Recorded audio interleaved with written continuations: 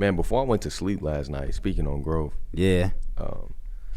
I truly felt like 2024 was a year that I truly experienced like success, like back to back to back, like little blessings back to back. I mean, of course, you're gonna have your blessings and stuff. Just waking up is a blessing, but I just went back from 6th grade to like now.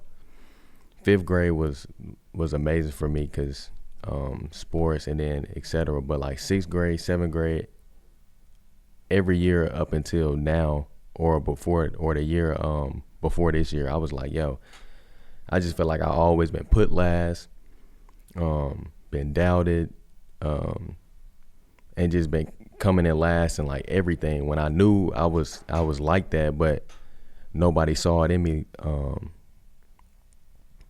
So I was like, bruh, this year like felt it just truly felt like I've just been doing great like from January till now. Like this has been like a crazy year for me. And I remember you said it's gonna take about 10 years. Man. And when I first heard that, I'm like, dude, that's a long time. But 10 years really go by so fast, bro. Like you 22 now. Bro, literally, when you get up to 30, 32, you can be like, man, it seemed like, because I was just contemplating, it really seems like stuff that happened 10 years ago, it feel like yesterday. Yeah, it feel like I graduated high school yesterday. Oh, God.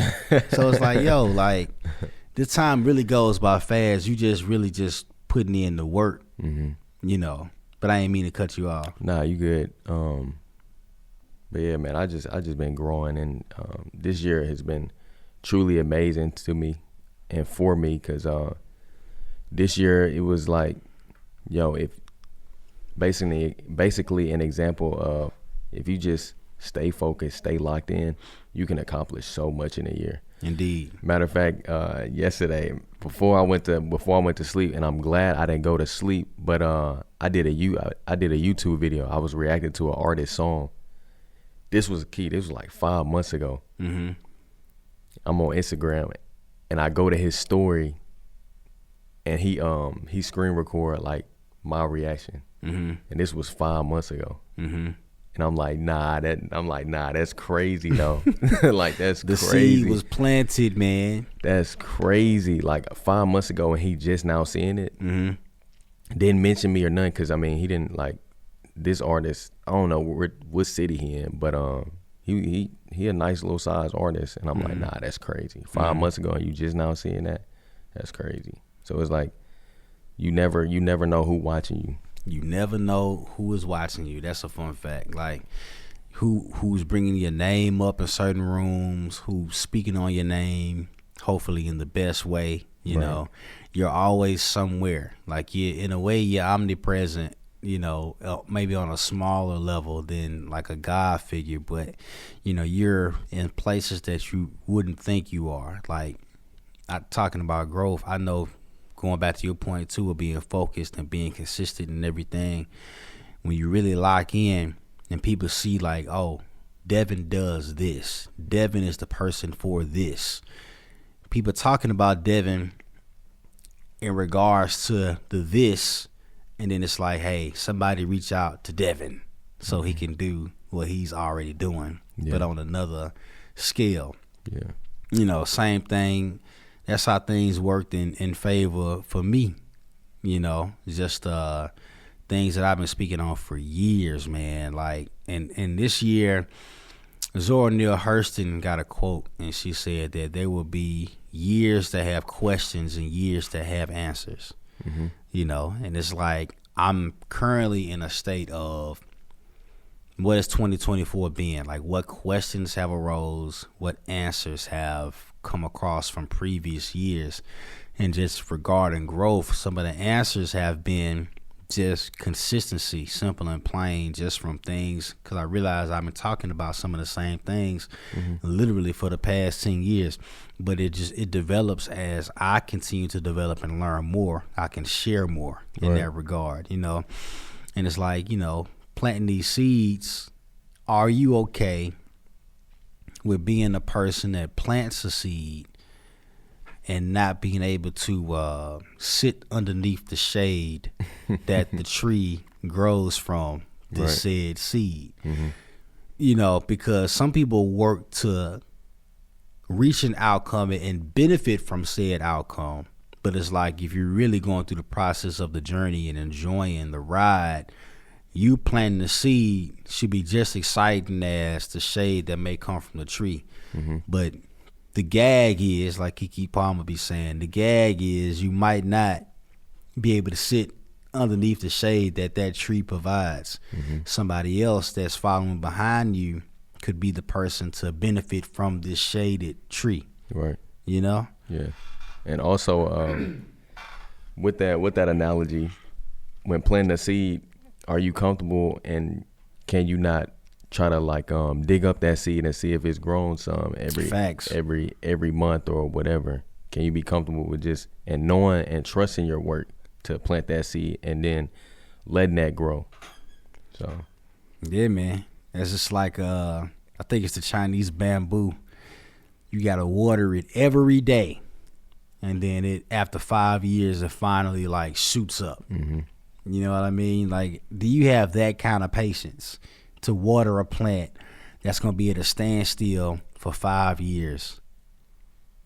And then automatic, and it's gonna shoot up, and it's gonna scare you when it just happens out of nowhere. And to other people, it's gonna seem like it happened overnight. But nah, to you and the people that's around you or that's close to you, nah, this cat been working relentlessly and tirelessly for years. Y'all just now seeing it, so it may seem like an overnight sensation or a blessing that came overnight. But nah, like that person really been putting in work. For that. But with growth is not just stuff that you can see or like just physical, mentally, etc. So like over the years, or even just this year, how have you grown? How would you say you've grown like mentally, just this year? This year, I've definitely grown in my perspective. You know, not saying that my way and my point of view is the only way and point of view, but I've learned to be open to others' point of view. You know what I mean? And more so with people that's more so closer to me. I'm never a person that's been quote unquote stuck in my ways. However, I have experienced people this year that are stuck in their ways. And what I mean by growth in my perspective, I've grown to accept some people that may think a certain way. And it's like, okay, this is just how this person or this person is. Right. You know, I've grown to set more boundaries to protect myself. I've grown to realize that me being nonchalant for so long, and most of my life really, like I'm a pretty up to beat guy, but I can be very nonchalant and not care about a lot of things, you know. And that happens from some stuff in childhood. And then it was pointed out to me from a trusted source and they really asked the question. They say, do you do that out of protection? And I never really asked myself that, and nobody ever brought that to my attention like that. I say, you know what? Yeah, it is. And as soon as that question was asked, I did go back to my childhood, because me being nonchalant, that protected me from rejection in some sense. It protected me from like getting too emotional or whatever the case may be. And because I don't let a lot get to me because of certain experiences growing up. But that's how I've grown, though. The short answer is definitely just in my perspective, and then just being able to set more boundaries. You know what I mean? And I have grown in knowing more of the things that I value for myself. Yeah. You know what I mean? And that's a continuous thing. Like, because for me, by 25, bruh, I thought I was going to have all of this life stuff figured out. Mm-hmm. Man, 25, bruh, you still got a lot of room to bump your head. And I did. Like 25, I had another young lady I was in a relationship with, thinking I was gonna marry this girl, you know, and I had came to the realization that if I marry this girl, I'm gonna be miserable. Mm-hmm. And it ain't gonna be because of her. It's gonna be because I'm still figuring out who I am, what I wanna do, and why I wanna do what I wanna do. Yeah. You know? So it's like in your 20s, you know, the old heads, I know my father told me, say, man, never tell a woman you love her unless you know you about to get her draws, right? Right. So the OGs give us all these, like, all this horrible advice in some instances. But in your 20s, you know, you are, you know what I mean? Of course, you're going to date or whatever, so you're going through your 20s, but let the main thing be the main thing. Right. And then by the time you hit 30, that's when life, and people, and even as I'm in my 30s, I'm hearing cats in their mid-40s, man, like life really started at 40 because you bumped your head in your 20s, you're figuring things out and getting stuff constructed in your 30s, Mm-hmm. and then by the time you're 40, like you got your foundational pieces from your 30s, and then you just continuing to build the blocks on the foundation. Yeah. It's like, and when you're young, you know, you don't necessarily want to hear that for real. But a lot of that stuff be true. You dig what I'm saying? That's why I'm so excited for you, man, because you're really, I wasn't locked in at 22, bro. Mm-hmm. 22, I had a full-time job. I was making some great money at the time. And I was in school. I was still an undergrad, but I was working full-time. So it did kind of rob me of some college experiences.